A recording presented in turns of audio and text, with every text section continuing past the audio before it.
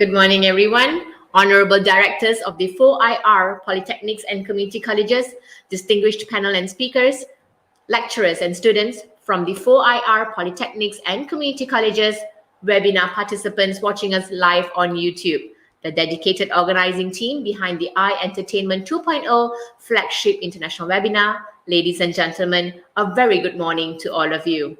Welcome to day 2 of the Entertainment Flagship 2.0 international webinar, leveraging research and development through 4IR and extended reality. Firstly, let me introduce myself. I am Dr. Umawati Tachnamurthy, you can call me Dr. Uma, and I'm from the Instructional Unit, Instructional and Digital Learning Division, Department of Polytechnic and Community College Education, Ministry of Higher Education of Malaysia. I'm speaking to you live from our SAP studio at Putrajaya.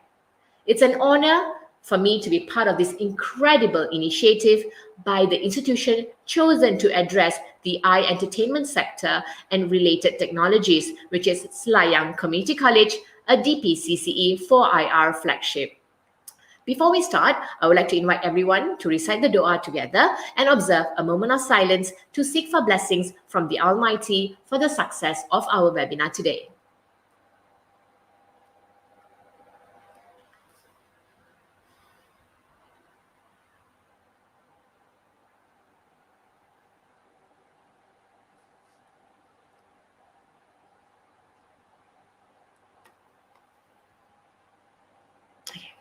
Distinguished webinar participants, Malaysia needs to evolve and innovate continuously in order to become a digital nation that is prosperous and resilient.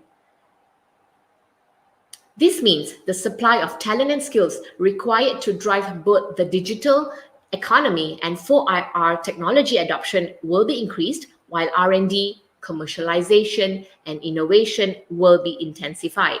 Now, a strong TVET ecosystem will be a game changer that will create future-ready talent in meeting industry demand.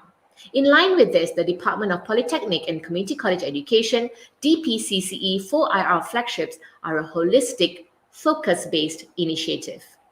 Institutions like Selayang Community College will be embracing the application of 4IR technology in producing future-ready graduates. Yesterday morning, we had two incredible speakers, Mr. Clyde D'Souza from Dubai, and he shared on immersive media and XR in entertainment. And then we had Mr. Faris Bohari from Serba Dynamic Group, and he shared on the acceptance of XR and on their D Virtual Park. In the afternoon, we had a fruitful roundtable discussion on digital heritage, post-pandemic virtual experience, which I co-moderated with technologist Jazmi Izwan Jamal from the National Academy of Arts, Culture and Heritage, ASWARA. The panelists were Encik Muhammad Zul Shafiq bin Muhammad Yusof, lecturer from the Faculty of Creative Technology and Heritage, UMK, Dr. Rahina Nugrahani from UNES, Indonesia, and technologist Siti Nur Aisyah Abdul Rahman from ASWARA. Now, based on the discussion yesterday, VR is still in its infancy, and however, the immersive power of VR will undoubtedly play a role in future experiences in unique, wonderful, and exciting ways. Now, the team and I sincerely believe that all the sessions yesterday had created more awareness and interest in extended reality among the audience.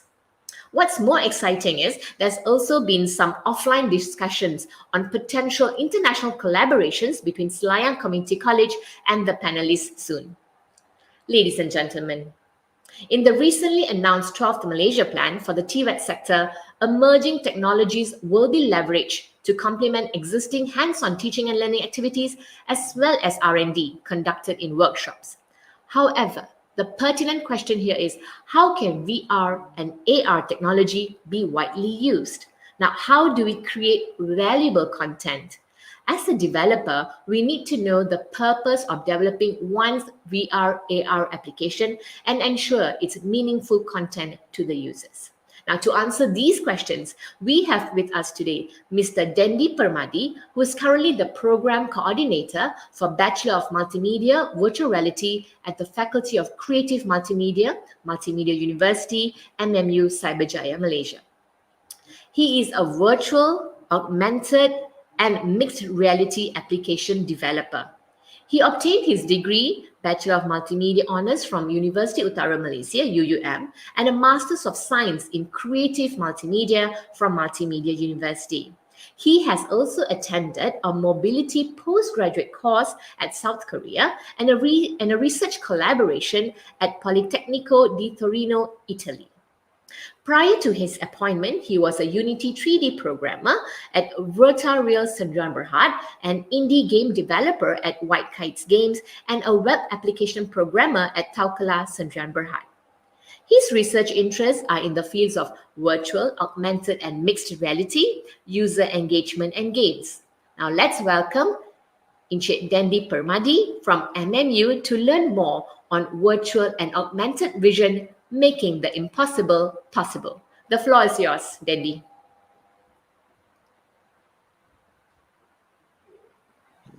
Hello, good Dendi, are morning. you able to hear me? Can you hear me?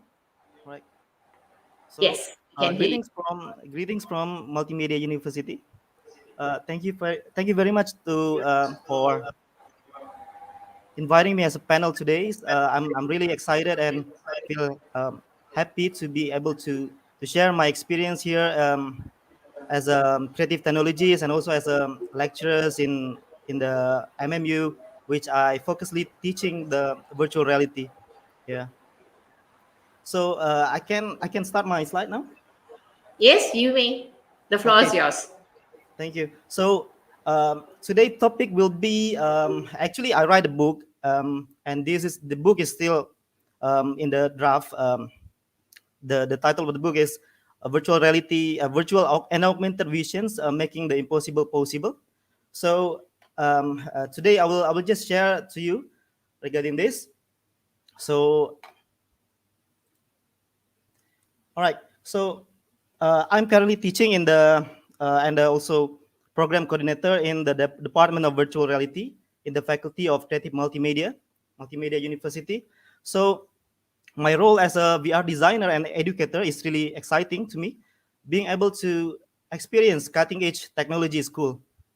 Here I am sharing my journey as a creative academic, and I will show you several of the projects done by the students here, and also my own research project.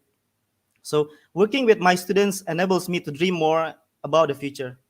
At the moment, I'm still young. I'm still 29 years old.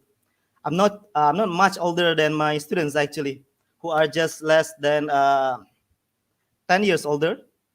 So watching and working together with them makes me surprised sometimes because a lot of cool new ideas come from them. Here I document and present my experience of how I work with students. The idea project is to utilize VR and AR technology for the real world problems and solutions that focus on design aspect and also developing a valuable user experience through imaginations, simulations, a past and future vision. So as you can see in the slide, these are several of the students' project we did in the faculty. So I'm going to share you the best one today, and let's talk about it now. All right. Before that, let me just recall back what is XR. I think this is important to just introduce. Whenever we talk about XR, it's actually we talk about these three siblings technology, which consists of VR, AR, and mixed reality. So as we know already, VR is completely virtual, yeah. And then all the environment object is virtual. Normally we experience this using the VR headset. And then another siblings technology is augmented reality that we normally experience in mobile phone, whereby the real environment is overlaid by the digital informations, and this digital informations is actually enhanced the existing real environment. We get digital informations that we can use about that informations about that environment. And also the last one is the mixed reality, which is the blending between real and virtual 50-50. So these mixed reality normally we experience in the headsets such as HoloLens, yeah, Microsoft HoloLens. So yeah, so all of these things we call it extended reality. Right. So this is the point that I want to emphasize in my talk today is five key elements of VR design experience. I think this experience, that these elements of VR experience is really important. That normally the developer and designer don't know, and that don't really put into considerations. Right. So you are, as I believe the one who attend this webinar today is having interest in VR, XR, and AR and MR. So in order to understand this, you are as actually as a creator. So you need to understand the participants, and these kind of things is user-centered design is what we call is user experience, right? So creator and participant is being connected, and you as a creator, you need to provide a good experience to the participants. You need to be communicate, test your application, and so on. And then for the third one is the metaverse, is a virtual world. A virtual world in we call nowadays we call it metaverse. Is a terms that actually come from the universe, but in meta world. So something like digital world, metaverse. So that's why we call it metaverse. It's actually back then we call it a virtual world, right? So the third elements is interactivity, and this interactivity in VR is totally different rather than other platform such as mobile phone and also desktop versions, because in VR we can do what we call 3D natural interactions, which is the interaction is actually simulate the real life interaction. For example, if you grab something in VR, also you grab something. So it's totally different rather than when you play with your keyboard and also with your touchscreen in iPad or a touch devices, right? And then the last one is immersions. And these immersions, I think you all actually know these terms already, like we immerse into something. So VR can make special immersions. We call it physical immersions. And then these physical immersions can be activated by the use of the sensory feedback devices, such as touch controller, and also the Tesla suit and so on, so that we can be able to see the informations that being presented by the systems in by using this sensory feedback. So I think you can have a look at this author. He write a book, and then actually the book is really interesting for you to read and to get understand about the VR experience. So okay, let me just talk about these questions I really like to address today. Well, the idea about for these presentations actually came from thinking about how VR and AR technology can be widely used by the people, right? So after talking with many of my friends about the VR device, one of the conversation is we discuss why are only a few people now willing to buy a VR headset compared to other devices. For example, Nintendo Switch. The answers may be because of the content. For instance, many people bought the Nintendo Switch just because they want to play Animal Crossing, if you know Animal Crossing. They just want to play Super Mario, Legend of Zelda, maybe. And then, at the moment, there are a lot of VR and AR applications and game on the market. But I feel like it's only few that are considered killer application. We can name it as maybe Beat Saber or yeah, it's very few. And then it's I'm not sure whether people sometimes buy the VR headset just because they want to play Beat Saber. So we need to have more of that content so that people won't willing to buy this headset. So that's the job of us actually as a designer and content developer, right? So again, what is the reason? I asked my friend actually why you actually prefer to buy Nintendo Switch compared to VR headsets, because he said because of the mobility. mobility. So he can play on the bed while lying down and relieve stress after working hour maybe. And then meanwhile, VR games require us to move physically around. So people are lazy. People play games because they are lazy. So we need to understand that.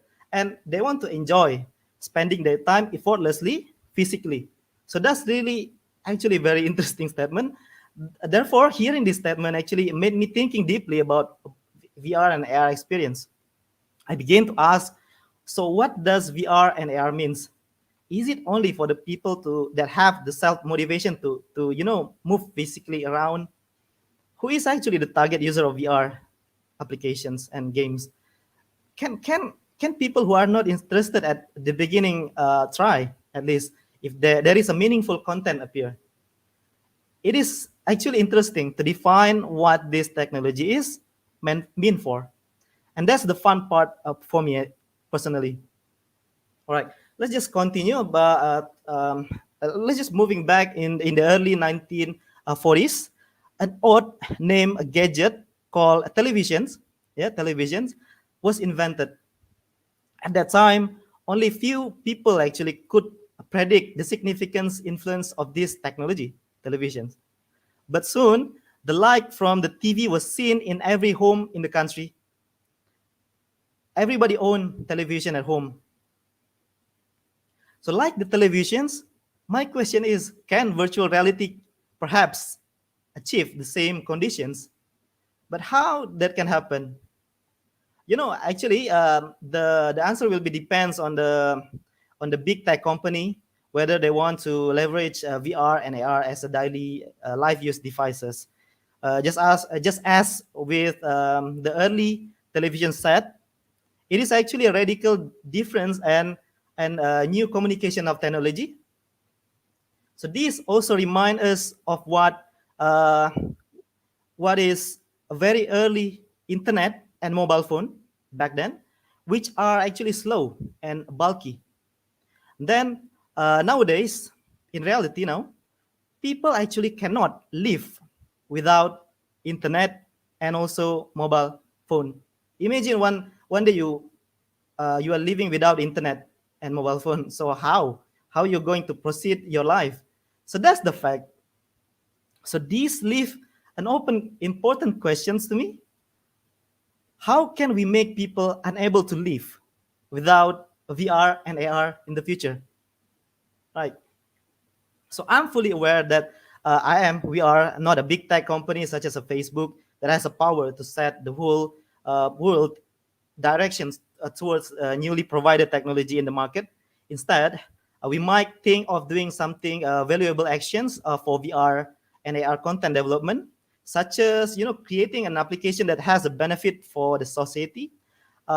Virtual reality and technology have been widely applied in the many areas of research and commercializations, including in the field of games, travel, medical, films, shopping, sports, for instance. Right. So in the recent years, virtual reality gaming has gained more popularity among the users as now more affordable headsets are available for the consumer market. And however, such as Oculus Quest is getting cheaper. If you compare to the 5 years ago, headset is very expensive.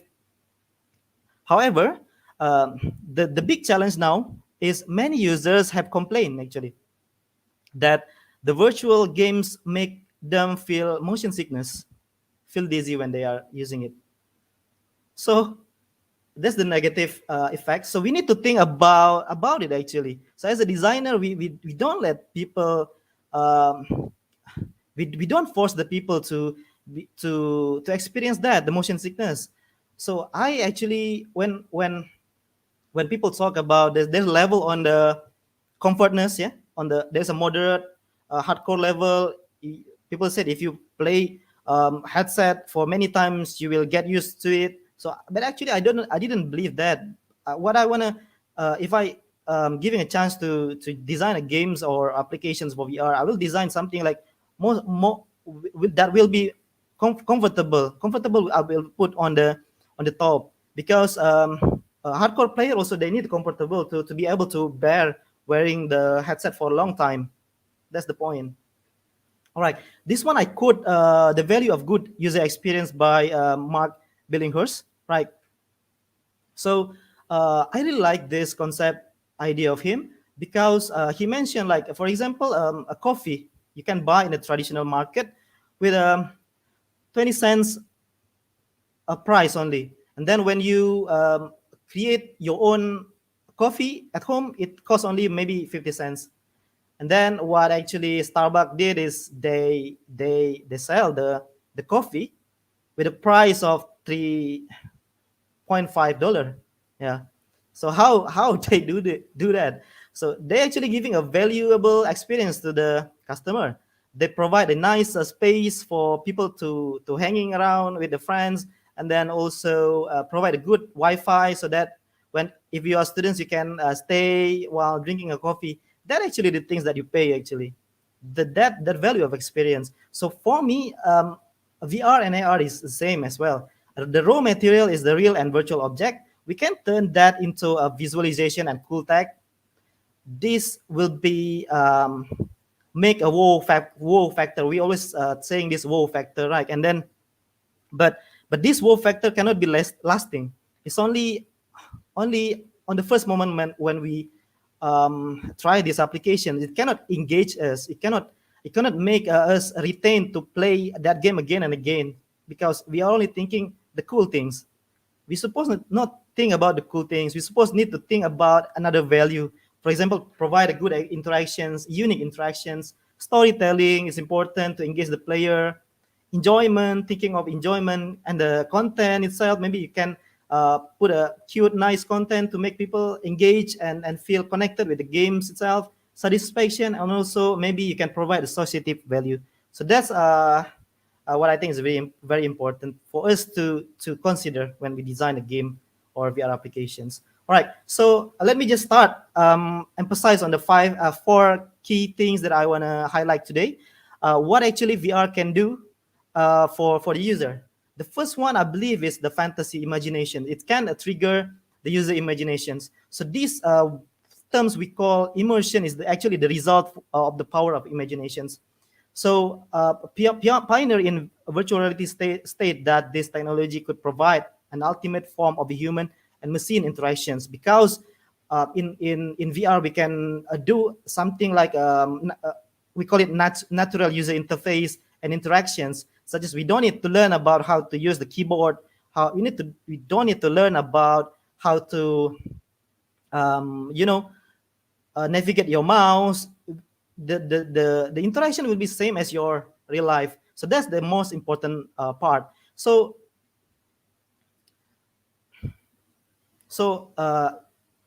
talking about immersion and imaginations, right? This thing is actually is being triggered by your emotions actually. So for instance, you may find yourself empathizing with a movie character or a game character. When you look at the character as a hero, he's very sad, but he's really powerful. You kind of care of this character, but this character is actually digital. It actually did not exist. It's just an acting. If it is a drama in the TV, right? So these virtual characters content become so real to you because you suspend your belief, you suspend your disbelief, and you believe it for the sake of your own enjoyment. The same goes when you watch a magic show. All right, I mentioned this magic show because I am really interested in magic show. Well, in fact, I am actually a magician. This is just to share an experience. So I quote from Arthur Clarke: "Any technology indistinguishable from the magic is insufficient is insufficiently advanced." So this is a picture of my performance in several years ago. Actually, I didn't do magic anymore because I work already. So magicians, they use a magic trick and secret technique to show the audience the miracle of magic, right? So the magic trick actually came from the chemical theory, biology, and all this trick that you actually don't know. Only magician know. So from a magician perspective, I see all the impossible things that can be possible. I can fly. I can make a fire. I can make things fly. I can make things float. Only the one that only know is me. Other people who watch the show, they don't know. Right. So the normal people who do not know the trick behind the magic show believe what they see and experience is real actually. But it's just a trick. The same goes with VR. I believe the creator, us, a designer and developer, is the magician. And the participants or the user is the audience. So what I believe is like this: we need to create a magical experience in VR so that people can see that that digital things is real. So the VR creator job is to secretly create a meaningful experience that can trigger a participant's imaginations to perceive the virtual as real. I think that's the goal of the designing and VR applications. All right. So I believe in this actually. So virtual reality enables you fly up to the sky, dive down into a deep ocean, and have all these kind of impossible experience in real life. So in the real life, it's impossible, but you can do it in the VR. So that's the most important things.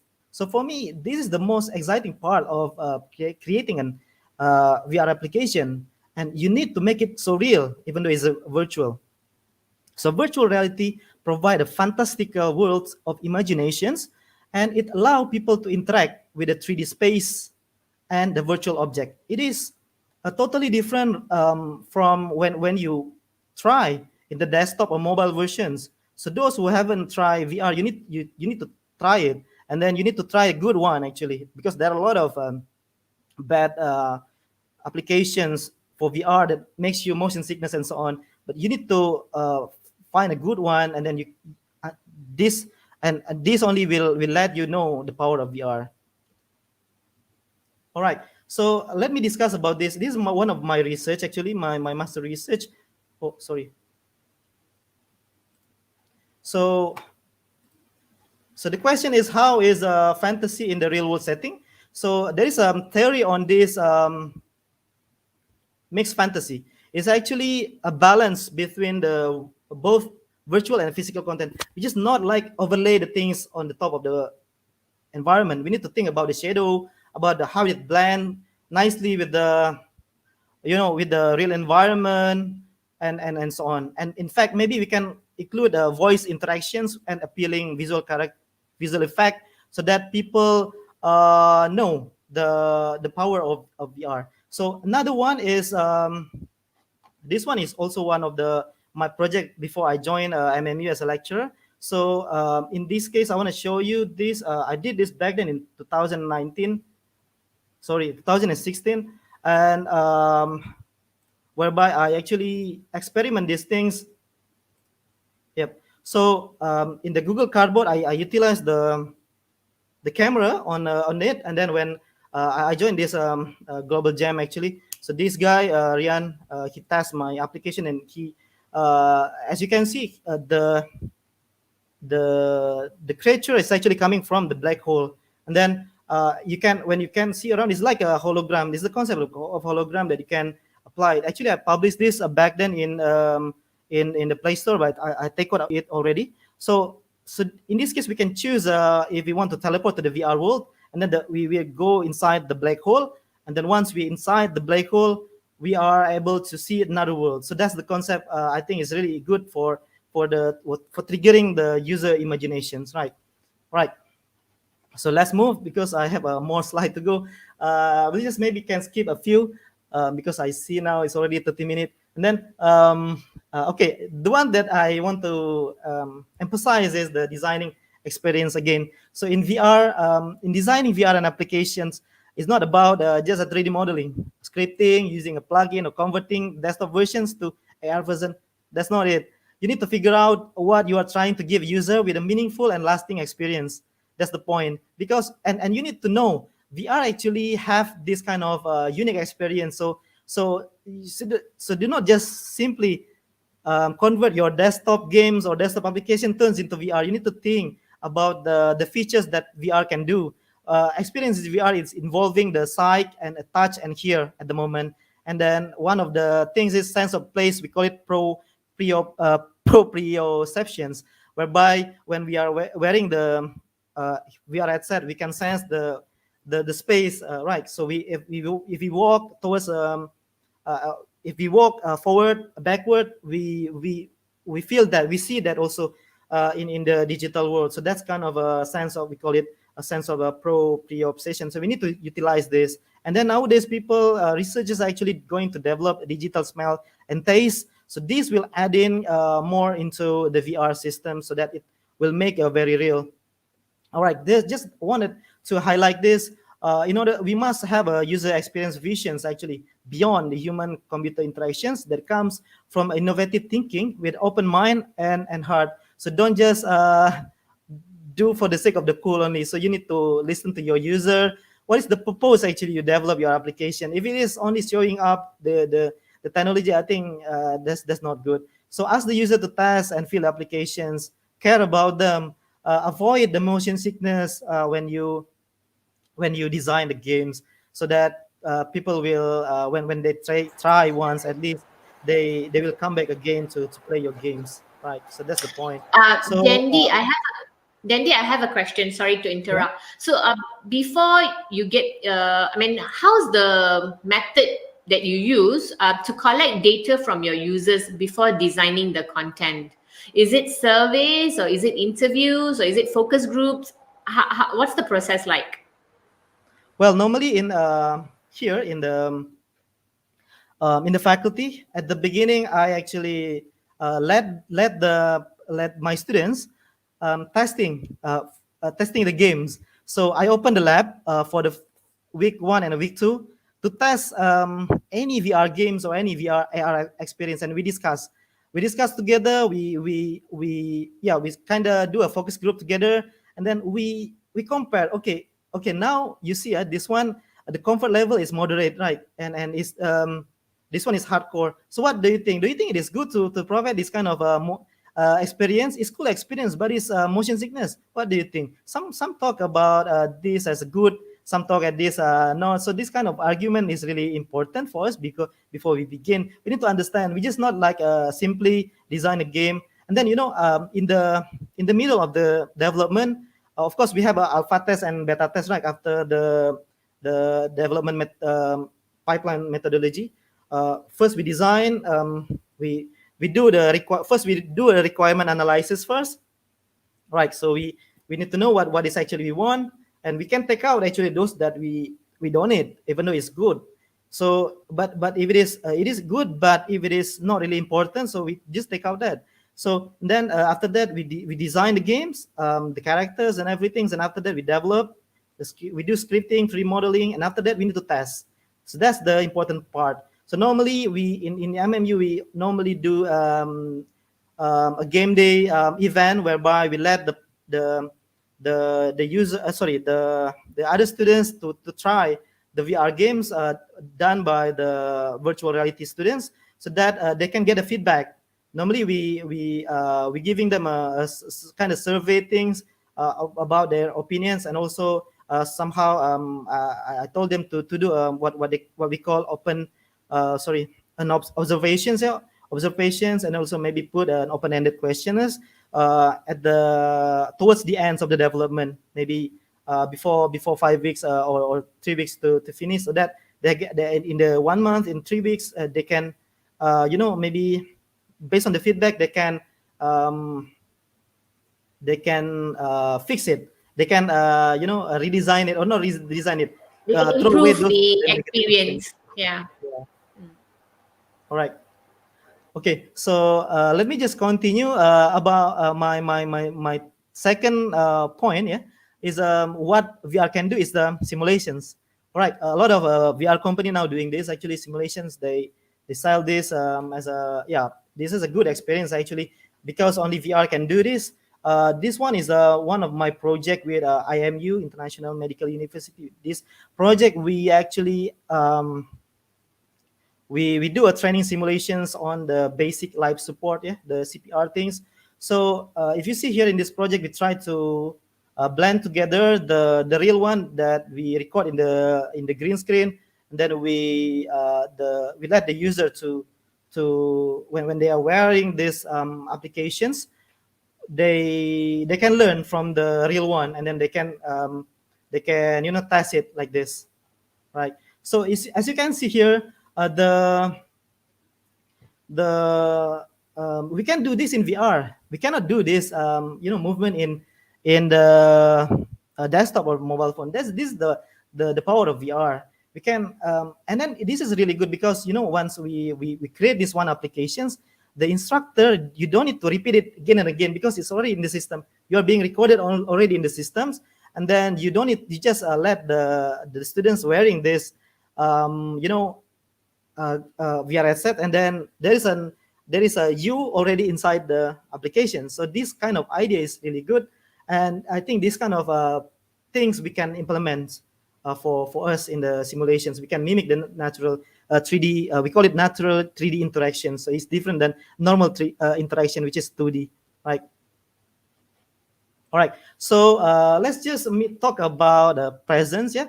I will just maybe skip this quickly, but I think maybe we know already the presence, right? What is presence? But somehow I feel like I know this word, but I don't really know about this actually. What is actually presence? People are talking about the presence, but we actually don't really understand what is presence. So presence in VR, we have two kind of immersions. First is the mental immersions, and then the second one is the physical immersions. Mental is only in your brain, but physical is the characteristic of VR. Because these physical immersions, we can let the player to teleporting. So actually presence, yeah, it came from the telepresence, short from the sense of presence. So telepresence, we need a telepresence. So teleporting your body into another world. So that's what we call is presence. So you're being present in another world. So this kind of concept is special for VR. So in order to achieve the presence, you need to have interactions plus emotions. So immersion in the sense of the mental emotions, and then you add in with your 3D natural interaction. That's only the way you can achieve this good level of the presence, right? So hopefully we're clear on that. Then this one of the sample also my own project, which I do for yeah. So this kind of concept is actually it's actually physical immersion that give a player agency to accept the world, the digital world as a real. So in this project, I actually create like this questionnaires so that people can actually do something like this. They can grab the virtual pen and then they can tick the virtual paper as in the real world activity. And then when you give to the AI will show you the score whether you are doing good or not. So this kind of interaction is really important to give the users because we need a feedback from when we enter into a world, digital world. Of course, the AI, the things that appear in the real in the digital environment need to react on whatever we want, whatever we have done and do, right? So we can do this kind of activity such as grabbing, climbing, and then well, we can talk about and then also like this.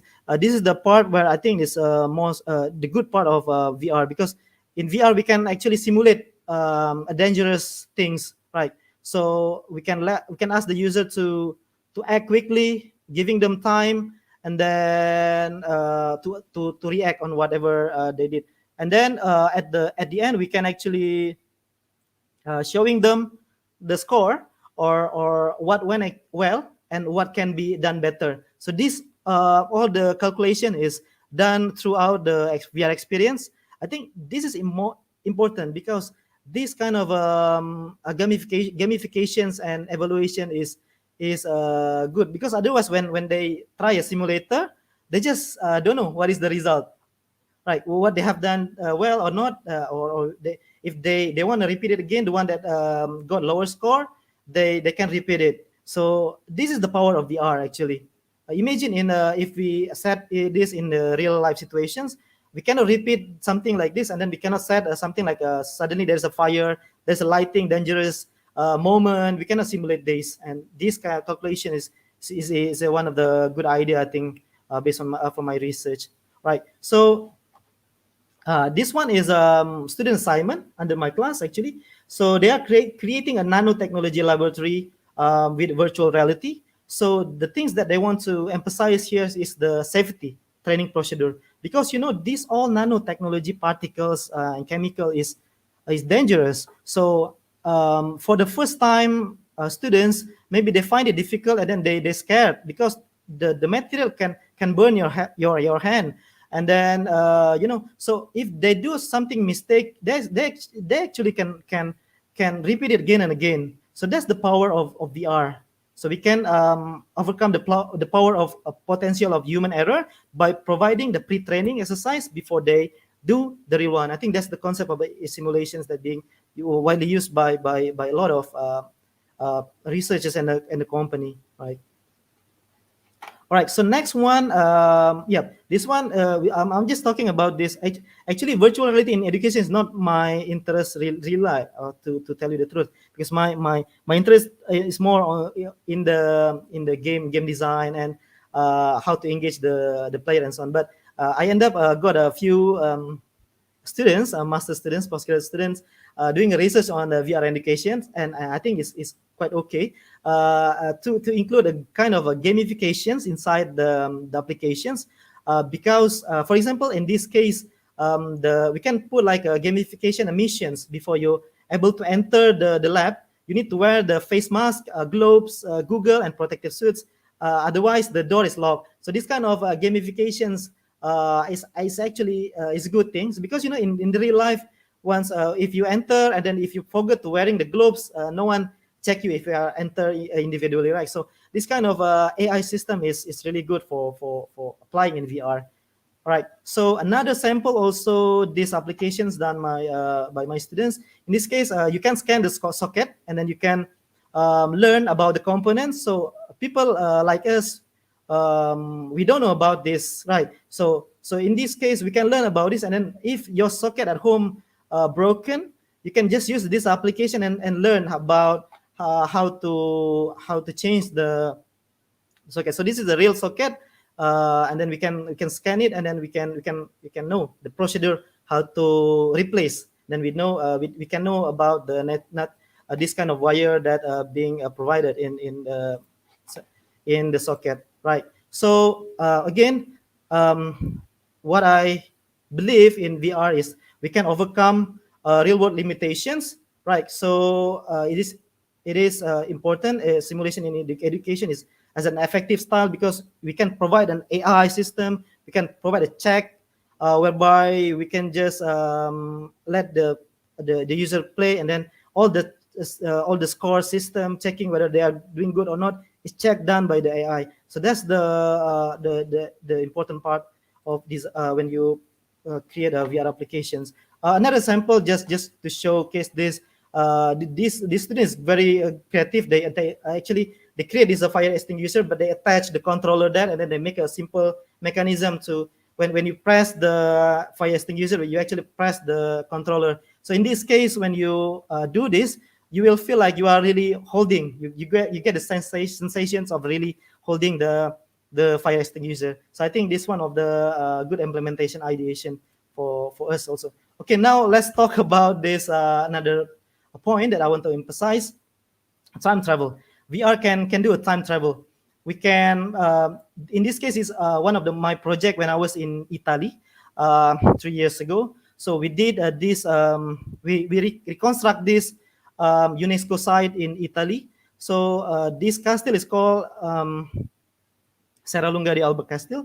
Is in the Piedmont area. So we recreate this by working together with member, my friends in Politecnico di Torino. So we scan this by using the drone. We scan the castle using the drone, and then we using the Metasoft software, we reconstruct back that in 3D. And then we let the user to be able to experience the kind of tour to learn about this application. So I actually present this with the Embassy of Italy also. Then, and he, he is really excited because, for example, at the moment now he is in Malaysia right now. he even haven't actually visit this place. So he visit this virtually by using our applications. So that's the fun part of this application. And when we do something, I think the realism is really important. So putting a good texture and scan the real things is in simulation is really important to make it seems more, because in this case we record this, right? We record this, the color of the wall. Now, for example, I record this in 2019. So in 2019, the shape is like this, and perhaps next 5 years, one of the building part is demolished already. I mean, like, maybe it's a broken already, it's a fall down already. So we actually got this recorded already, and then we can experience it in 3D. That's the good part, right? So another project that I did when I was in Italy is I recreate back the Venice city. If you already visited Venice, is one of my favorite city. There is a Rialto Bridge, and Rialto Bridge is one of the favorite tourist spot. So we actually meet the historian. We did a historical research on the past informations of the building to get the historical correct visualization. So through VR, we can make user able to travel back in the year of 1255, when the bridge was replaced by the wooden only. So now, if you go to Venice, you will see the Rialto Bridge made of the good structure, the cement and things. But back then, it was actually like this. So it's like a wooden one, which had the movable central sections that support by the two ramps that could be raised if the tall ships are wanted to pass, right? So it is really interesting to be able to travel back to the past of the Venice city, and I really like this application actually. So, all right, another use case of the traveling back to the past is this one. This one is my students' project, and I think this is really good because they bring the story of Lieutenant Adnan. If you know Lieutenant Adnan, it is a local hero, right? So by play, the target is the young generations. The young generation, they play the games, they play VR games. So we want to introduce this local, local hero Malaysia, instead of, when you play games, this all these samurais, Hercules, all these things, but you don't know a Malaysians, a local hero. So I think this is a good idea when they pitch this idea, so that and then in VR we can actually going inside this era whereby in the 1942 where the Japanese occupations came, and then Lieutenant Adnan is defending the Malay in Bukit Chandu, defend Malay, the Lieutenant Adnan didn't give up until end, and then he died. And then the interesting part is in the gameplay itself, the students come up with this idea. The player cannot win. The player cannot win because in the reality, in the real story, the Lieutenant Adnan is actually die in the battlefield. So the gameplay just let the Japanese troops keep coming, and then you need to. It's like an endless kind of a gameplay. So you can you need to defend until you die. So because in reality, Adnan Saidi died. So you can feel the moment when he defend that, and then the situation, all this bomb explosions. You need to appreciate that. I think that's good things about VR, because when we watch the movie, we cannot really see that in 3D and experience it in the 3D space. So by experiencing in VR, already that's this kind of situation in war, and then how lucky you are. You are living in this kind of peaceful era. Well, we have COVID now, but yeah, maybe we can make something like a simulation of COVID.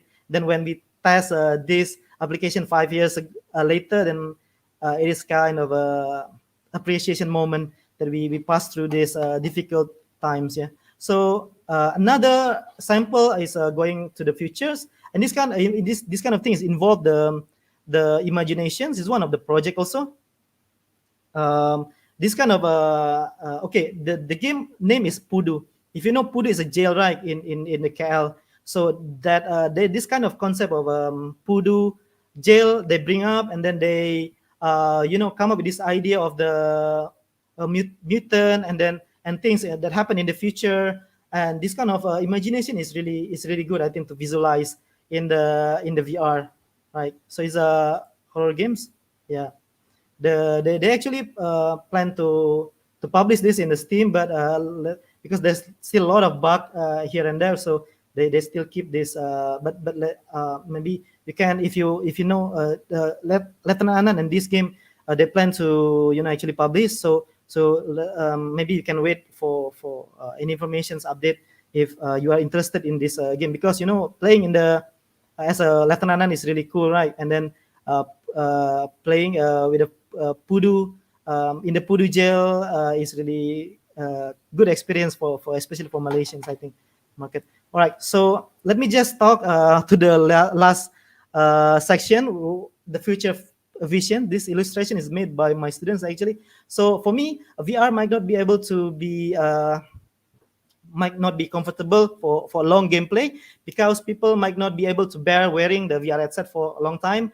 So other than game, maybe VR more suitable for storytelling. So if you want to create a games, I don't think it's necessary for you to create a long time play, because at the moment I don't believe that you can bear wearing the VR headset for a long time. So instead of that, you just need to create a short games that is you emphasize everything there and make things, enhance everything in the short time period only.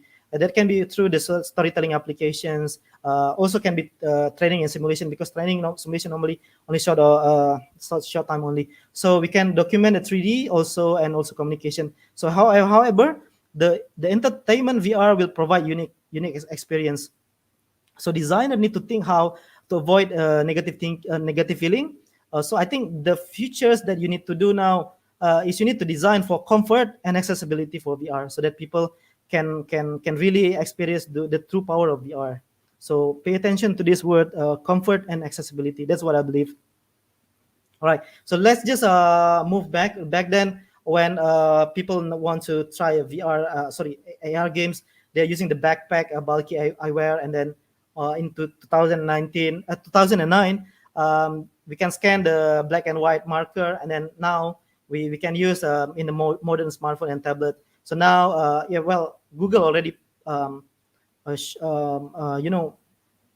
published this Google Glass, and then these things keep going on, such as contact lens and for AR and so on. So these things are getting interesting for me. So evolution of the technology back then, when I'm a gamer, I like to play games sometimes, but actually no more now, because I don't have much time.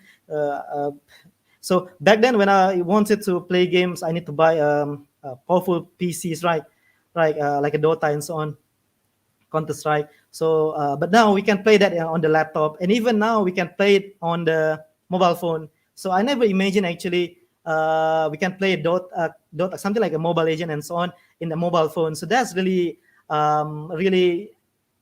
interesting fact actually. Then the question is, what is the next trend? People they want more experience. They don't satisfied with these kind of things. They want something more. So back then it was 2D, now then the 3D, and what next will satisfy the people. So a lot of company actually doing this VR experiments and providing this game to make people able to experience the real things. But actually the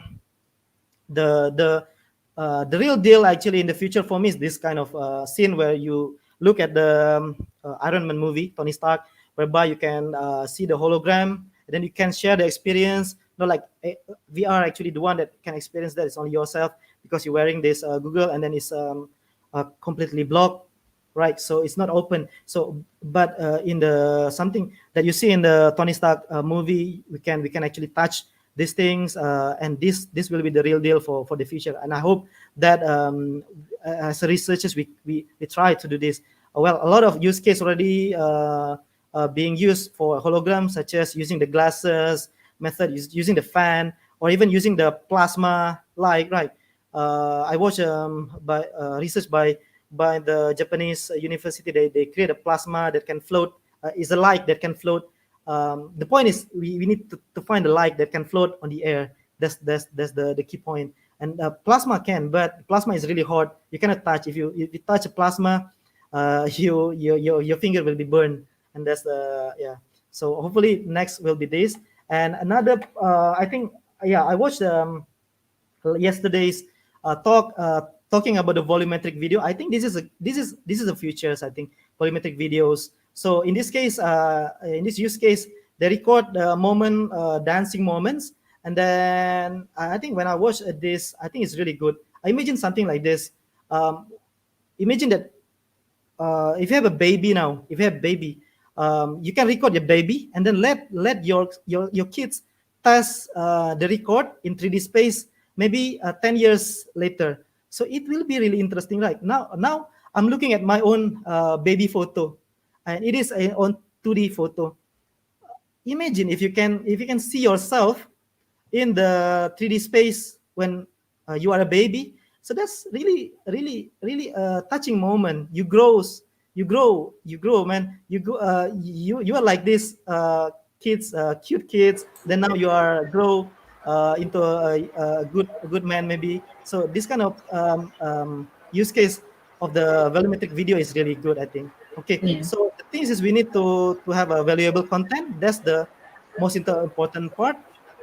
And then maybe people they don't have money to buy the VR content, VR headset, because it's still expensive and so on. But actually, if you see, back then the phone, TV, and car also expensive. But then people actually still go to the telephone box to in order to use that. So because we need to use that, we have at the moment in VR we don't have these things. We don't have this kind of urge to use these applications in VR. So we need to think about creating that content to make people can only accessible this kind of experience in VR. So okay, this might be last slide. Okay, last two slide. So I had this thinking in VR we have in VR at the moment we have a sight, hearing, and smell, right? So researchers also doing the taste and touch interaction. So imagine if we can integrate this all into VR, it will be very good experience. And then this Experience. is my last slide. So I'm dreaming actually. Imagine that in the future we can communicate with other people from far away through the internet, not only see and hear, but also can touch, smell, and taste them. Taste the food.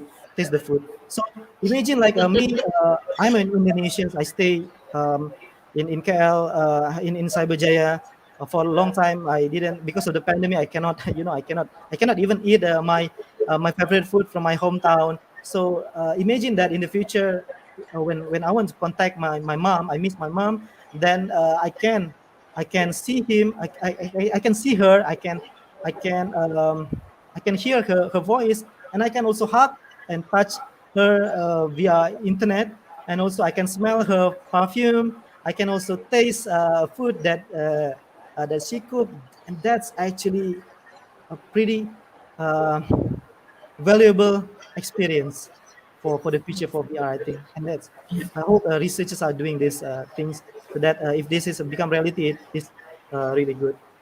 So I think that's all for my slide today. So thank you for listening to me. Yeah.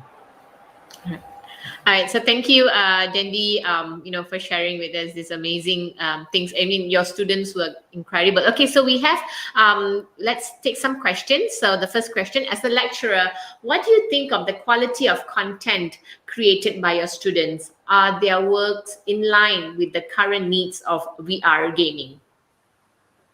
Oh, yeah. It's totally in line because uh, well, I always saying this to the students. You are actually you are a gamer, right? You are a gamer. So you are a gamer. So you know actually when you enter this, normally when the students registering for this Bachelor of Virtual Reality, they actually gamers. They like to play games. So okay, I ask you, you play games already, right? So you need to think what you want actually. Are you satisfied already with this? what kind of experience you want actually. So if you want, maybe you play a Counter-Strike, you play shooting games. So how about the shooting games VR in VR? At the moment, we have this already, but it's still few only. Still few only. Remember when the Angry Bird first came out in the iPad? At that time, Angry Bird is only the Angry Bird can be very popular because it is one of the first games in the tablet. That's why people really excited because they can touch the screen and then they can drag the screen to in order to put in actions. So but then after that come out a few titles also that is popular in it. So I think nowadays we are still at that stage. So these are the good moment for you to come up with a good new innovations that is can contribute. Maybe you will be the one that is providing something like a successful like Angry Bird, because now is the moment. We are still in early moment, and then you in terms of the consumer level, right? So I think designing all this kind of entertainment like left and unmanned shooting games and this thing is actually in line with the needs of the industry, because this is what we industry needs. Because formula, if we want to create 2D games, there's a lot of competitor there, but VR games just few. So you will be perhaps you will be one of the CEO of the good big tech big VR companies in the future. So when we develop a unique VR games, so that's what I believe. Hopefully, hopefully there will be a good company in Malaysia. That is actually the CEO is our graduate, alumni from MMU and also KKS soon, maybe. Yeah. Yeah. God willingly, right? So, Dandy, I think that's the only time we have. Oh, Yeah, because it's. oh yeah. I know you have so much to share. Yeah, but time is running out. So, I just want to say thank you for sharing with us valuable tips on creating better quality AR VR content. I think that will be very beneficial, because this is something that I even asked yesterday during the roundtable discussion as well. I think then we agreed that content is just really important. So thanks for sharing those tips with us.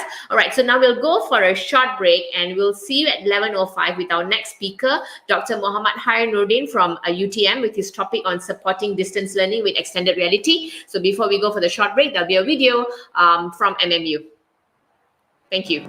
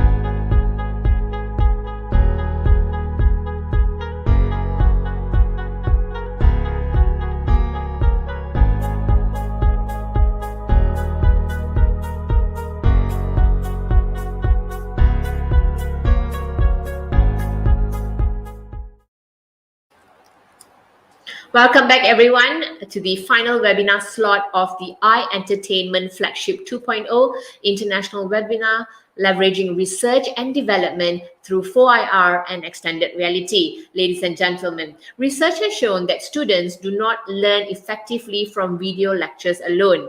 How can educators create online learning experiences that truly engage students with the learning process rather than distance themselves from it? Now, of the many educational tools now available, extended reality offers some innovative options for distance learning, and they represent the future of education. And this is something we even saw with our previous speaker, Mr. Dandy from MMU, who shared some of his students' work. Yeah. So our next speaker here is Dr. Muhammad Khair Nordin from the Department of Technical and Engineering Education, School of Education, Faculty of Social Sciences and Humanities, University Technology Malaysia UTM. He completed his Bachelor of Electrical Engineering Electronics from UTM in 2009 and completed his PhD in Tibet Education at the same institution in 2014. Now, he'll be sharing with us on supporting distance learning with extended reality. So just a little housekeeping before we get started. If you have any questions during the presentation, please type them into the chat box in your YouTube live. I'll bring them up during the presentation, and we will also have time for questions at the end. Over to you, Dr. Khair. Okay, thank you, Dr. Uma. Can you Yes, can you hear me? Yes, clear. Okay, So over to you. Yeah. all right. So I will share my slide here. Okay. So Assalamualaikum and very good morning to all of you. Okay, thank you to our moderator, Dr. Uma, and also thank you to the organizing committee who invited me to be one of the speaker for this webinar. This been honor for me, and also I would like to thanks to all our viewers and participants in this webinar. And today I would like to share on supporting distance learning with extended reality. Okay, before I go further into the my content, okay, let me introduce myself again. Okay, my name is Muhammad Khair bin Nordin, and I'm a senior lecturer at UTM. And I started my career in Tibet field since 2009. I've been teaching electronics, okay, programming, robotics, and also IoT. And actually, I have no background in the multimedia or game development, but I start my journey to develop game, mobile apps, okay, including VR, AR, and MR application as a hobby, okay, since 2015. Okay, I think that's all about me, and let's move on to our topic. Okay, so here. Okay, so I will try to give my best, okay, to share on my topics, okay, during this 1 hour session. So, and I hope that everyone can get a lot of input from this because I know that previous speaker has already, okay, shared his knowledge, okay, share his input, okay, related to XR. So I will add some of it. Okay, we all know that everything has changed. Okay, after the COVID-19 hit, okay, all around the world. The way we live is not the same as before. Okay, there's a lot of rules, okay, a lot of SOPs, okay, laws that has been created, okay, in order to make sure that this pandemic can be controlled and wiped out entirely. Okay, one part of it, it also changed how we learn, okay, how we teach. Okay, people hardly go to school or any learning institution because every place has been shut down. Okay, but the educational process need to be continued. Okay, because if we stop the process, it will bring a lot of negative impacts, okay, to students, to teachers, and even society. Okay, so students need to learn from home as they make their home as the new classroom. Okay, and they learn everything via online, and due to this we realize that we can learn from anywhere. Okay, although our teachers or lecturers are at Johor, for example, and we are the student from Perlis, okay, we still can learn and participate in the classroom. Okay, by means is using the online platform. Okay, so this is a concept of the distance learning. Okay, so what exactly distance learning? It can be defined as any learning that happens without the students being physically present in the lesson. And of course, we can see the distance learning is taking place all around the world. Okay, if we try to compare around maybe 10 or 15 years ago, okay, distance learning may be not like this. Okay, since during that day, the teachers need to send their notes, okay, send their kids via mail, okay, not email but but mail, which requires the teacher to go to the post office and make the postage to the student, to send the notes, okay, to send the kids, okay. But this method is not being used anymore, okay. But somehow some part of the rural area may still use this kind of method, but most of it, they do not send the kids anymore, okay, or send the notes via mail, okay, since the distant education has moved to the online platform. And we can see most of our students and teachers already have their electronic devices that can be connected to the computer, which is an enabler for distant education to move forward, okay, and beyond the way how distance learning looks like from 10 years ago, okay. So there are a lot of distance learning type that can be used by educators, which are video conferencing, okay, which are widely used, okay, widely used for our educators via Zoom, okay, Google Meet, okay, and something like that, WebEx, and also there synchronous learning and asynchronous learning, which in synchronous learning the students need to attend live, okay, attend live with their teachers, and asynchronous learning requires the student to make they can learn at any time. And also there has flexible learning and also the hybrid learning, and this is a new term that we can see here, high flex learning, okay. High flex learning, this is a new term that I learned from and this is one of them that by the Mohair Ministry of Higher Education, okay. So and the high flex learning is the combination between hybrid and the flexible learning, okay. So in the hybrid and flexible learning, the student can learn from anywhere, whether from physically, okay, attend physically to the institution or the university or the school, or they can also learn online, okay. Maybe they're at home, but they can also join their friends, which is also attend physically in the classroom, okay. So and also the flexible learning enable the student to learn anytime, okay. They can learn anytime, anywhere. So this is the combination of high flex learning, okay. Thus the students are able to learn better, although from the distance learning. But there are some of the challenges that happen in distance learning. If you can see here that teachers and lecturers are unable to monitor or see what students did during the teaching and learning process. Okay, sometimes the student they want to the teachers ask the students to open their camera, but most of them give a lot of excuses. Okay, they said that okay, my camera is unable to work, my camera is broken, and something like that, and thus we do not know what happening to the students. Okay, they may be sleeping. Okay, they may be wearing their pajamas. Okay, we don't know. They may be eating. Okay, so we are as a teachers or educators, we cannot see what happening to the students, okay. And also it require higher degrees of discipline and planning, okay. So the students need to have a self-discipline, okay. If they don't have this so-called self-discipline, they will not go to the classroom, okay. They will not enter the session with their teachers or lecturers, okay, because this is what happening nowadays, okay. Currently I have collected I have make a research around Malaysia, okay, among the teachers, okay, primary and secondary school teachers. What is the challenges that they have faced, okay, during this online learning? Okay, 83%, 83% stated that the challenges that they face currently is the students are not coming to their online classroom. Okay, they are not coming. Okay, because of what? Okay, because they has their self motivation is dropped down.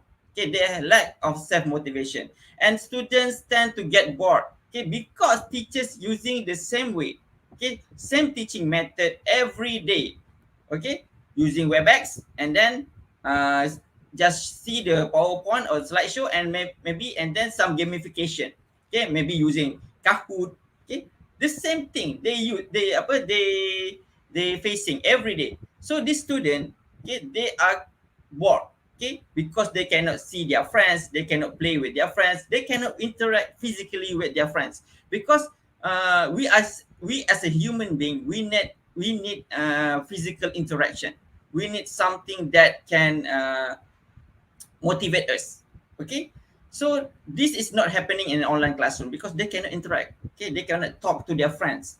Okay, so this is challenges in distance learning.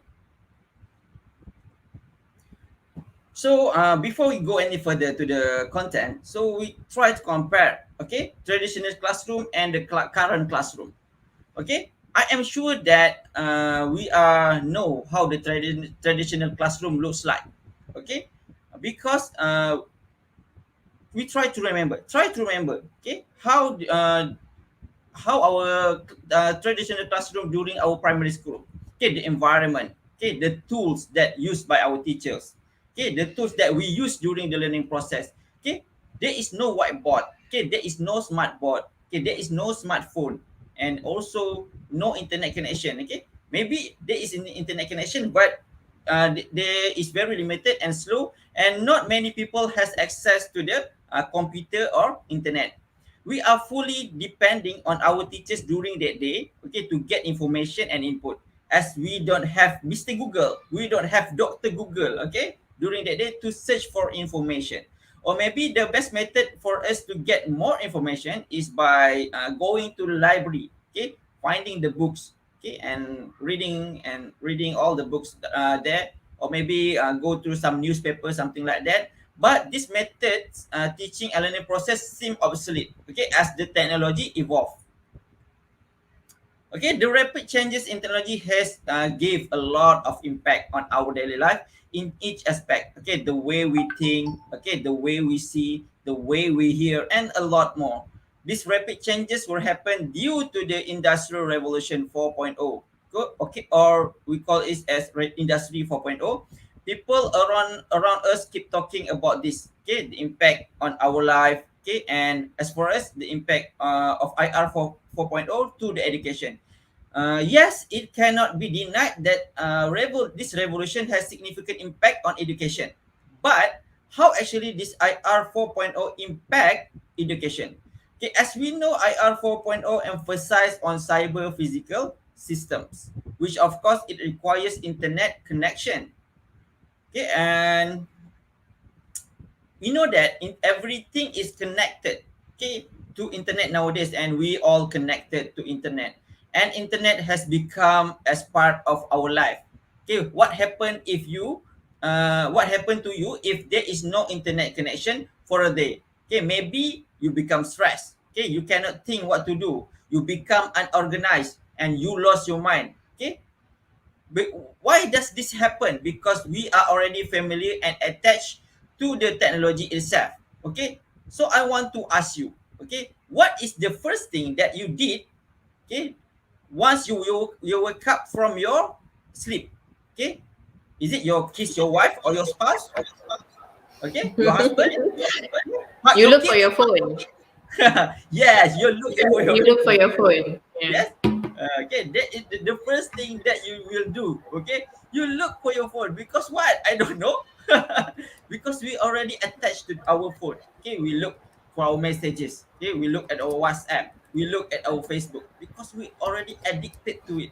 Okay, Yeah. so try to think back. How did we spend our time as in our during our childhood? Okay, what did we do in our free time? Okay, during that time there is no technology during that time, and we survive, right? We currently as we are. Okay, and we succeed. But what do you think uh, happen to our kids for this current generation? Okay, they will go like okay, go into tantrum mode if they do not able to get smartphone in their hand. Okay, to play games, okay, to watch YouTube. Okay, yeah, it seems that they are addicted to the technology, but we cannot blame them since they are different generation. Okay, they are coming from different generation from us. Okay, we cannot teach the same how we are taught. Okay, we cannot teach like that. We cannot use the same method. We cannot use the same materials to teach them because they are exactly different generation from us. Then that's why they become bored when we teach them the same method that we are taught. Okay, the generation Z, okay, or which are also called as the Google generation or digital native generation. They are born with the technology, and some of them already been exposed to the technology as early maybe 1 month or 2 months, okay, 3 months old, and they cannot live with this technology. And the way we teach them also need to be different. The usage of technology in teaching and learning process will help the students in the current generation to study better, to learn better, okay, and also increase their motivation and willing to learn, okay. And that's why we need to adapt technology in our teaching and learning process, okay. We cannot use chalk and talk, something like that, and we hope that the student can understand and get motivated. No, okay, there's no such thing in this current era. Okay, so we can see the pillar. Okay, we can move on to the pillar of IR 4.0. As you can see here that we have 9 pillars. Okay, 9 pillars of IR 4.0, maybe more than that. Okay, but this is the popular one, 9 pillars of IR 4.0. Okay, one of it we can see is the augmented reality or AR. Okay, it is look like the virtual reality, but it's different. Okay, AR is actually one of the newest technology that we can use in our teaching and learning process to help the students. Okay, especially okay for my field is in Tibet field. Okay, during this pandemic to learn better in online and distance learning. Okay, AR and VR provide a lot of benefits to the students to learn hands-on virtually and digitally. Okay, it also help the teachers and educators, okay, to teach the students. Okay, okay, the first benefit, the usage of VR and AR is to improve the safety of the experimental learning and teaching. So the students are not exposed to the risk of getting injured, and there is no one need to monitor. Okay, we do not need any staff to monitor their work during their experimental work. Okay, because they are not exposed to the danger or risk to get injured. And second one is it is able to solve this problem of insufficient investment in practical teaching. Okay, as we know, the cost of equipment, machinery, consumable materials are very high, and of course, we need to buy new equipment and machinery if the new technology is introduced in industry. As we need to make sure that our students are able to use the current technology or equipment. Okay, this is what happening because most of the university or learning institution, they have a lot of machines, but their machine already outdated, maybe 15 years, okay, 15 years outdated or 20 years outdated, because these machines or equipments are very expensive, and they are not enough money to buy a new machines. But in this current era, we see that uh, the the trend of the changes of technology is very fast. Okay, maybe currently we are using machine A, and then next year the industry will use machine B. So the industry cannot keep up with that pace. Okay, because they do not have enough money. Okay, they have insufficient money to buy that kind of machine. So by using AR and VR, we can provide that kind of solution because we can create, okay, the the machine in VR or AR, so we can actually save our money a lot more. Okay, so and also that a lot of investment need to be put, okay, every single year where if you make it as physically. Okay, by using AR VR, we do not need to worry about it, as everything can be designed and do virtually, which will save a lot of cost. Okay, the student can make as many practical or hand-on works as many that they want, because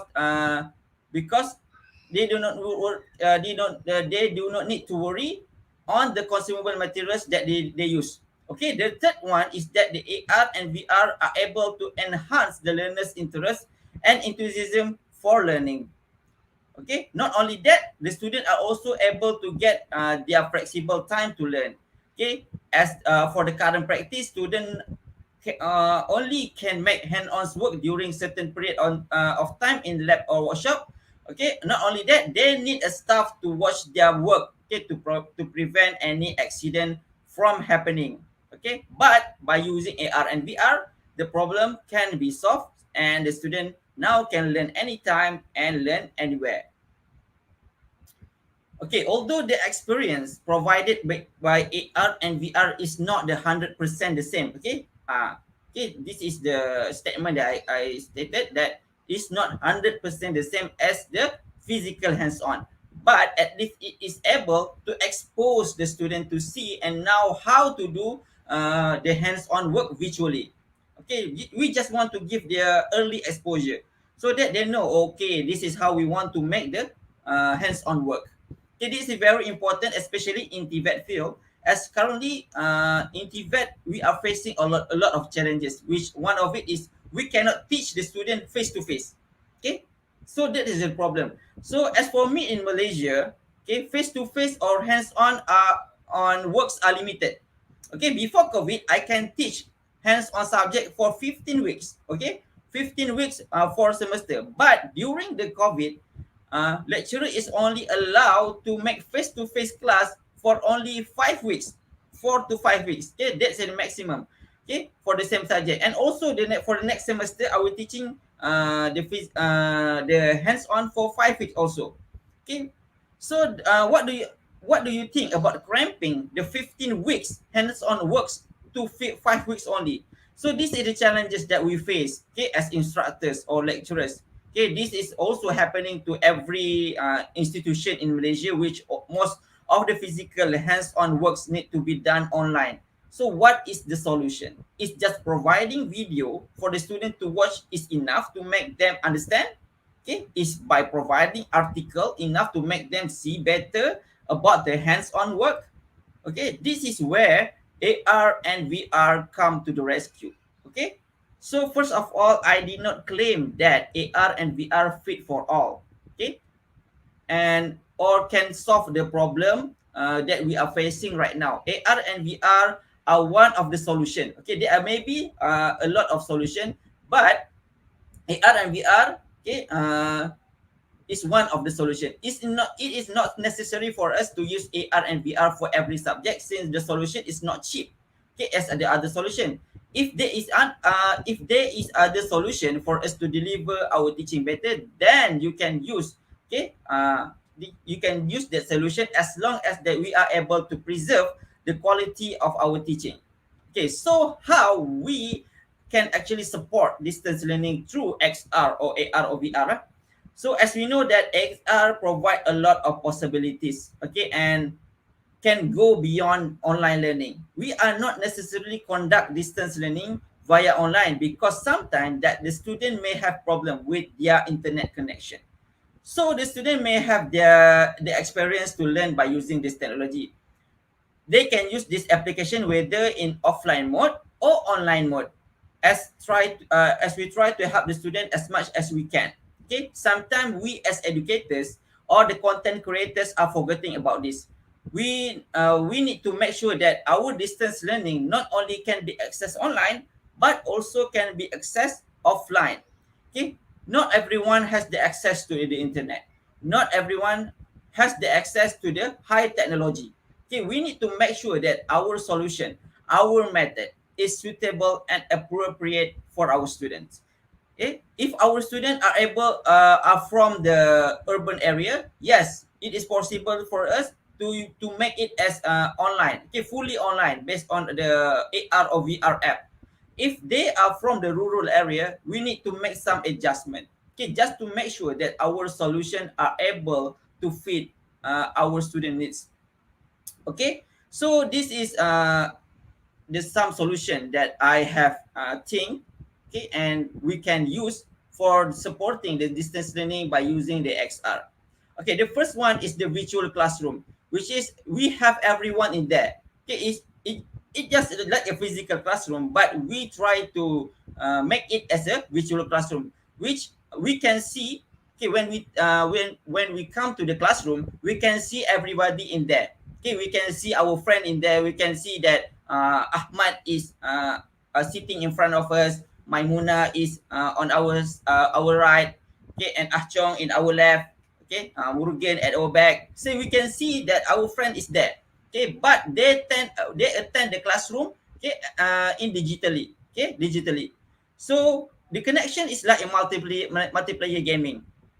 Okay, they need to wear a HMD, okay, head mounted device, okay, and they can connect and interact with their friends. Okay, of course they need, maybe we can use it, okay, by using head mounted device such as Oculus Quest like this. Okay, so we need the student to have this one, because if they want to interact with their student, of course they need the hand interaction. So by using the headset, they need also the hand controller.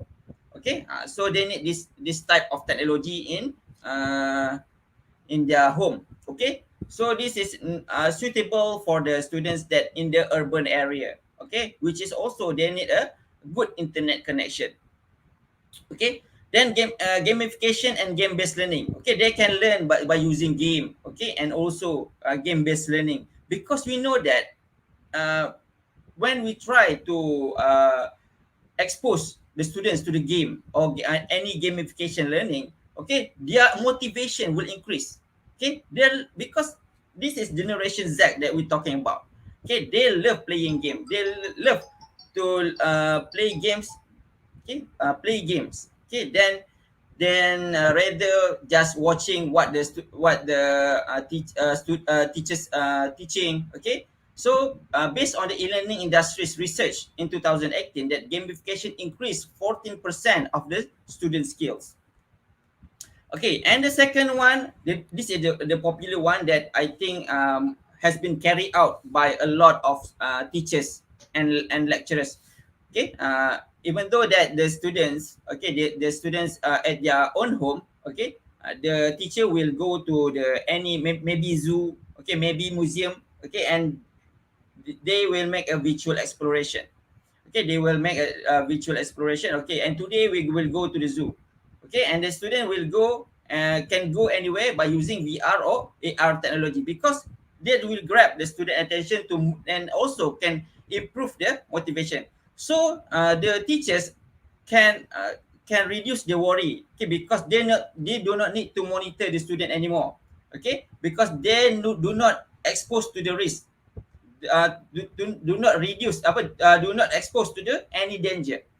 Okay, and also they also reduce the cost, because the student do not need any money from their parents. Okay, maybe for the travel to the zoo, okay, to buy food for the elephant, something like that. So the virtual exploration is something that we can use for our student to make sure that they can see how the real world works. Okay, maybe go to the industry. Okay, so this is one of the virtual exploration that we can use for the distance learning. Okay, and this is the practical task, okay, that we can use for any laboratory, okay, any workshop, okay, because we need to bridge the gap between the real life and the distance learning using the AR and VR. Okay, because we know that if the student is at home, so they are unable to make any practical or hands-on session. Okay, for example, they want to weld, okay, make a welding.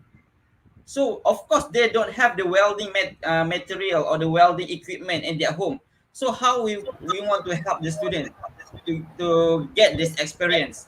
So by using VR, okay, virtual practice can increase the student quality of learning and retention up to 90%. So of course they need to have the virtual headset. Okay, maybe for the cheaper solution, we can come up with a solution that only use the smartphone. Okay, only use the smartphone as the virtual asset, and make sure that they can completely immerse themselves in the practical or hands-on that they work.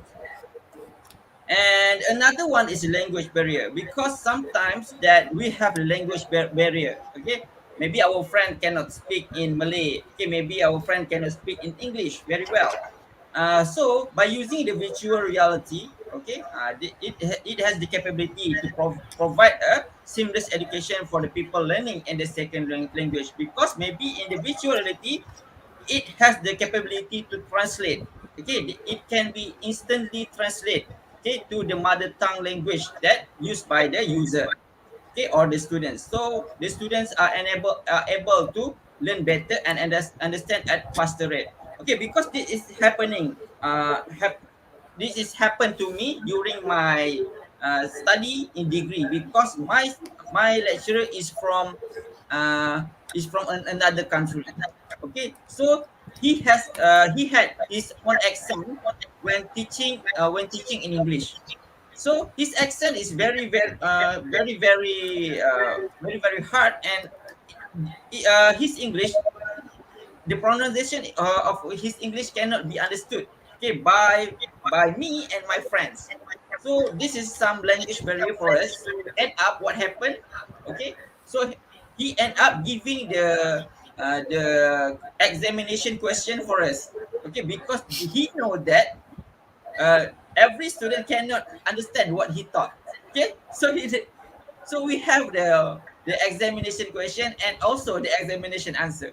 So everyone in the class got A. Okay, but the the teaching and learning process is not very effective. Okay, Yeah. Yeah. okay, it's not very effective. It's not good for us. Okay, although we are as a student we In are the happy. long run, yes, it's not good in the long run. Yeah, but short term, lepas lah korang. Yeah. So okay, this is not good. Not good. Yes, we are happy because we got A, but for us, it's not very good. Okay, and Okay. another thing is for special learning. Okay, for special learning. So we also can use it for special learning because a key features of the virtual world is the ability to control and external stimulation. Because some for special learning they need external stimulations such as for the audio from audio, okay, from visual something like that. So Yeah. by using virtual and VR and AR, we can use for the special learning as well. For example, students who are blind can have acoustic learning experience, and they can even navigate themselves through the virtual world using audio cues. Okay, so this is the potential that we can use for AR and VR. Okay, even though for special learning, we can teach them by using the distance learning. Okay, so this is part of the uh, one part of the topic that been introduced by our initial speaker, okay, with Mr. Dandy, about the immersion. Good. So in immersion, we have a term that we call it immersive learning, okay, which is has the power to greatly enhance the learning experience through the greater participation, increase retention, and by providing practical experience or a task on demand. So we will use, okay, and leverage by using VR and MR and also AR. Okay, because we try to immerse our student, okay, in the practical task, and we try to make sure the practical session is as possible to the real to the real world. Okay, so the learner's interaction with the virtual object will mimic, okay, to the real world, allowing the learner to learn through their experience. Okay, and also they are able to make any mistake. Okay, because this is the risk-free, okay, risk-free experience. Okay, they can make any mistakes. Okay, and they can learn from their mistake without any consequences, without worrying any danger, without worrying any risk that exposed to them. Yeah. Okay. Okay, this is some why we need to the immersive learning. Okay, this is six advantages: visualization, right to feel safely, improve the quality, hands-on experience. Okay, you can read it. Okay, so we know that this is the augmented reality. Okay, with which we know. So they are two-way for us. Okay, they are two-way for us to view the AR object. Okay, the first one is the handheld device, and the second one is HMD or head-mounted device. And of course, the HMD for AR is very expensive. Okay, some for example like this one, HMD. This one is the HoloLens. Okay, HoloLens. The HoloLens the HoloLens cost is around maybe 20,000. Okay, so we didn't expect every student to have this one, and I also know that not every institution, okay, have this one. Okay, because the price is very very expensive. Okay, but if you want to try to act like Tony Stark, try to act like Tony Stark. Okay, you can use this one. Okay, you can see everything and you can touch it by using your hand, your right hand. You do not need this one. Okay, you do not need this one, this hand controller. But if you using this HoloLens, okay, I already make a lot of content by using HoloLens. Okay, for educational purpose. Okay, but and I try to my student. Okay, I give it to my student, I give it to my kids. Okay, they love playing with it, but I need to make sure this is in make sure the safety of this object, because this price is almost the same with Viva car. Okay, Produa Viva.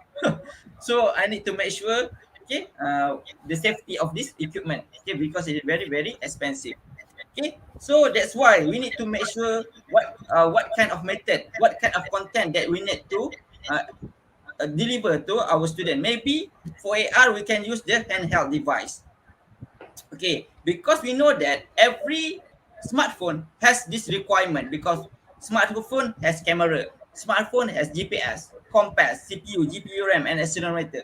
So we know that, okay, they can, even though they only have a smartphone, okay, so we can create a content from them for them to using AR.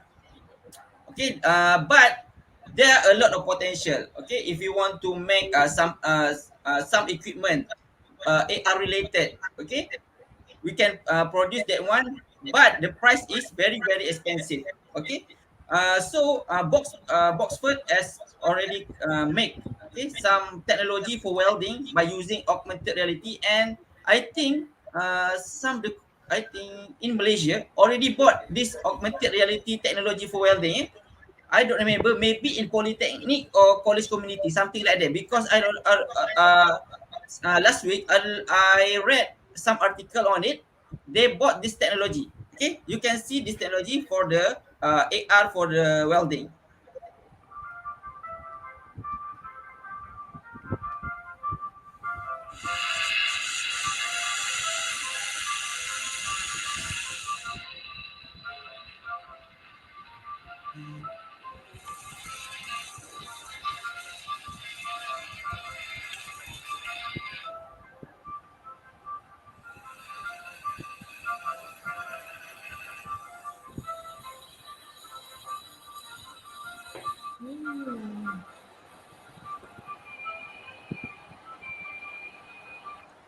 Okay, so that one. Wait,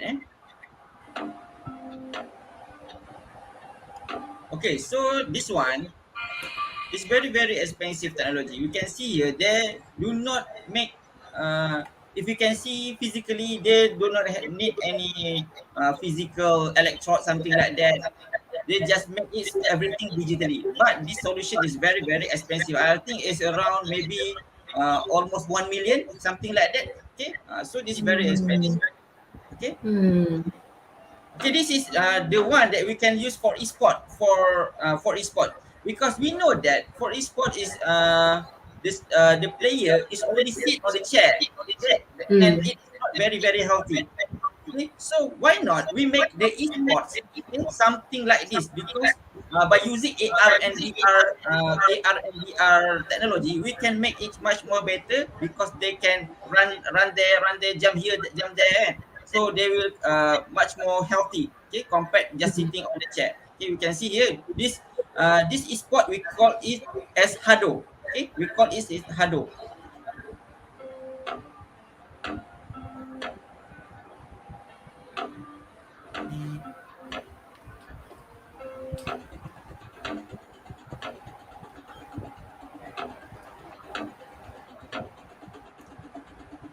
Okay, as you can see here, the player will see, okay, the health. Okay, they can make a shield. Okay, and they can fire a fireball, okay, from their hand.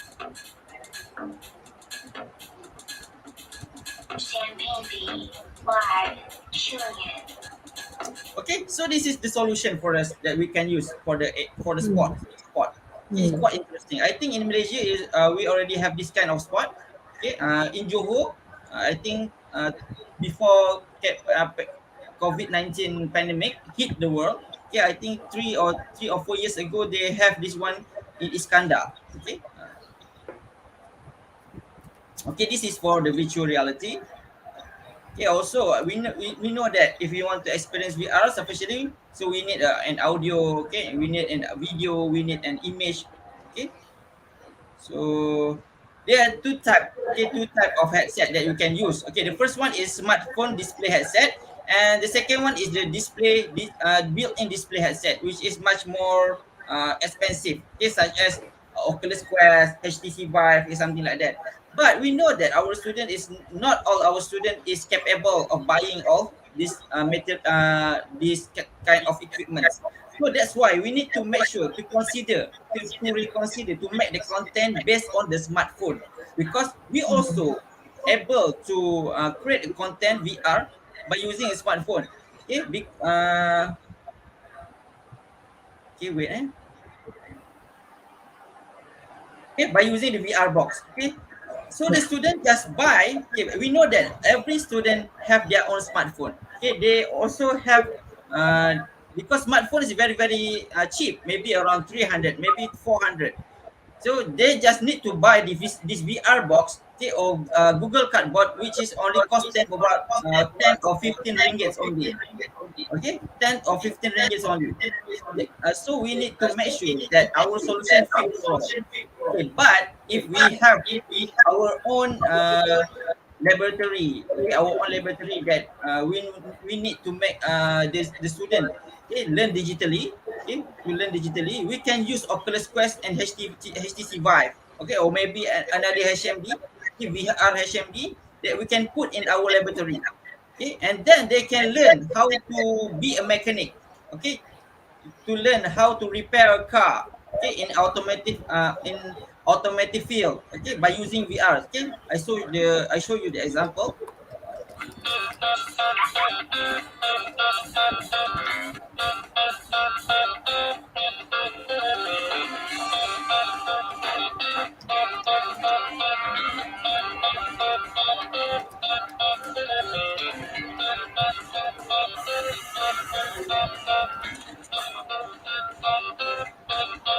So this is how we can make sure that our students can learn better, because maybe that not all of learning institution are able to buy a new car. Okay, maybe, okay, some of the for example, some of the learning institution have a car that technology maybe 15 or 20 years ago, but most of the learning institution does not have the car with the current technologies, such as hybrid car, okay, electric car. So they unable to buy or purchase this kind of car. Okay, by using AR and VR, okay, solution, they are able to make the content based on the current technology, which is much more cheaper. They do not need to buy such car, but they only need to develop the content which is related with the current technology. So the students, when they are able to learn about this technology, when they graduated, okay, they know how to repair, okay, every car, okay, new or old car. Okay, I have a lot. Okay. Okay, so if we can see here that this is from the report from the ICT Enhanced Innovative Pedagogy in Tibet in the Asia Pacific from the UNESCO. If you can see here, the solution for AR and VR or 3D VR is very low. Okay, very low in education field. Okay, because most of us love to make podcast, simulation, animation, and game. Okay, but not on the VR and 3D VR and AR. So we need to develop a content on this because we lack a content. If we want to move forward, okay, we need to make sure we have a lot of content developers, and we need to have to make sure that our content is able to fit for all. Okay, to fit for all. Maybe we develop content for HoloLens or develop content for Oculus Quest, but we need to make sure that the technology that we created, the content that we created is able to be deployed, okay, in the smartphone as well. Okay, this is for the mixed reality. Okay. And this is my final slide, which is we are as educator, we must focusing on low tech but high impact, because if we want to cater all of our students, okay, in Malaysia, okay, all around the world, we need to make sure that the solution is low tech but have a high impact. Maybe we can use for now is for create a content by using a smartphone. Okay, AR and VR experience by using a smartphone. Because if we go through by using the HMD device, which is very very expensive, then the students are unable to utilize or leverage, okay, the content. So we need to make sure everyone has access to the technology. Okay, whether from the rural area or from the urban area, or maybe from B40, M40, or T20. Okay, we need to make sure everyone has the access to the technology. So thank you for your attention. Okay, I think that's all from me. Okay. All right. All right. So thank you, Dr. Har, for sharing with us the potential of AR and VR, especially in distance learning. So there's one question. All right. Are there initiatives at your faculty to teach your graduates to create AR, VR content, especially for teaching and learning in TVET? Okay, thank you for your question. Okay, for now, my faculty, yes, there is. We have a one course that we call a multimedia creative. Okay, multimedia creative and content creation, something like that. Okay, we teaching the student how to make the mobile apps. Okay, mobile apps and maybe website, something like that. But for now, we are focusing on AR and VR development, because we know that we are focusing on AR and VR to help students, because mobile apps maybe not unable, okay, unable fully to help the student to learn better. Okay, because if you can see here, I am also a think tank. Okay, I am also think tank for the BPL, for the what we call it, for KPM. We try to develop a digital content for book text. Okay, for textbook. Okay, for the textbook we need to make it a digital content, by adding digital content such as AR and VR. Okay, AR and VR. Okay, so that's why and current era, okay, most of the university, okay, from such as UPM, okay, UKM, USM, UPNM, okay, so they are try to make a content for AR and VR in this year. Okay, I can see because I am a trainer for AR and VR in Malaysia. So they are calling for me to train them. So in this year, I have around 10 training in university. Okay, so they want to create the content. I asked them why now, because they said that because this is the requirement for us to make sure that the education is getting better and better. Okay, especially for TVET. Okay, especially for TVET. So this is what the problem that happened for the educators in TVET, because they said that they cannot implement the practical session nowadays, because they are unable to go to laboratory or workshop. Okay, the time is very very limited. So they need something that help them, okay, to make sure that the students are able to learn practical session. Okay, maybe by using AR and VR. We know that as I stated earlier, that AR and VR is unable to mirroring 100%. No. Yeah. Okay, but But we maybe are, we can bridge the gap. Maybe by bridging the gap. yes. Okay, maybe the AR and VR, okay, can give them the early exposure for them, so that they Yeah. know, okay, once they enter the lab or workshop, they know how to work on the equipment. They'll know how to work on the material, so they will make the learning process much faster. Okay. Okay. Are there sample projects that you remember that these students are working on?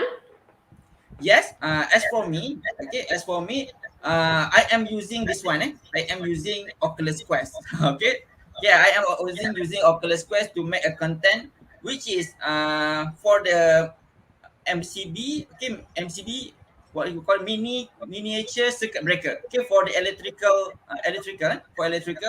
that for we are trying to assemble the distribution box. Okay, assemble the distribution box, MCB, something like that. So this is the content that I develop right now for using Oculus Quest. But not only that, I also make sure this content is able to be deployed in smartphone as well. So instead of by using this hand Handheld. controller Oculus Quest, okay, I am using different interaction in smartphone, which is by using gaze input. Okay, gaze, which is they just see on the maybe put the view on the MCB, and then they can interact with the material in the VR environment. So so I make sure that every content that I make can fit for all. Okay. Interesting. So, what would your advice be, for students at Selayang Community College? So they're going to like start. You see, the intention of Selayang Community College is to have this environment with AR and VR with them. So, what would be your advice? Okay. Where should they venture on in developing content? What content should they be focusing on? Okay. So this is what also being asked. Okay, being asked by most of the developers. Okay, what should they focus? Okay, as I told you earlier, okay, in my last slide, okay, you need to focus on low tech, high impact. If you want to, Yes. okay, low tech, high impact. If you want to succeed in this area, you need to focus on low tech. You do not need, okay, I need to make content by using Oculus Quest. I need to make sure that my content is can fit into HoloLens. No, there's no such thing like that. If you want to focus to that, okay, then maybe, okay, your content is maybe expensive. You can sell it for high price, but not everyone can buy it. Maybe you can sell it for 1,000 ringgit. Maybe around 100 people can buy it. Okay, but if you can make a low tech, okay, which is you create content, which is you can sell it for 5 ringgit and can be deployed for every smartphone. But if million of it can buy it, so you can succeed in that. Yeah. Okay. I think that's a very important point you've made there, because we want to make it what's the word, everyone can use it, so there's no limit. It's inclusive for a lot of people. I think that's so we can break the barriers, because now we are having this gap between the B40, as you mentioned, the M40, the T20. There's this gap, so we can break the barriers if we have something which is low tech, reachable to the mass. I think that's the gist I got from here. All right. So thank you so much, Dr. Har. I think let's just ask the organizers if you have any other questions. No. Okay. So maybe, Dr. Har, if you want to wrap up this session, did you watch yesterday's session and today's sessions? Did you get time? Sorry, I didn't get time because I have a training yesterday for UPNM. All right. Okay. So if for today's session, I think of course Dandy has showed some potential work that his students did, and I thought that is also quite relevant to what you are doing. And Dandy has also mentioned that he's also interested in getting developing VR and AR content for education, because I think that's where we can help more people, because everybody's affected with the pandemic. So Har, any things to just wrap up the session? Last words to just wrap up the session? Okay, so I think to wrap up the session, that we need to focus, okay, because we need to leverage on the AR and VR, okay, because you see that this technology is actually help us, okay, it's actually helping us to make education better. Because if we're relying on because some of educators is relying on video, okay, video only for video. Every time he go to the class, he or she play the video only.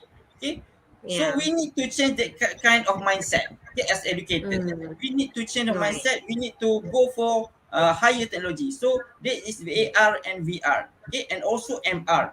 So we need to leverage this technology to help our students to learn better, because we need to make sure that we are not live in our era anymore. Okay, although we are maybe 40 years, maybe for 50 years, we cannot teach our students how we are taught. The same way that we were taught. Yeah, we have to change with the current times. Yes, right? we need So to thank change you so our much. mindset.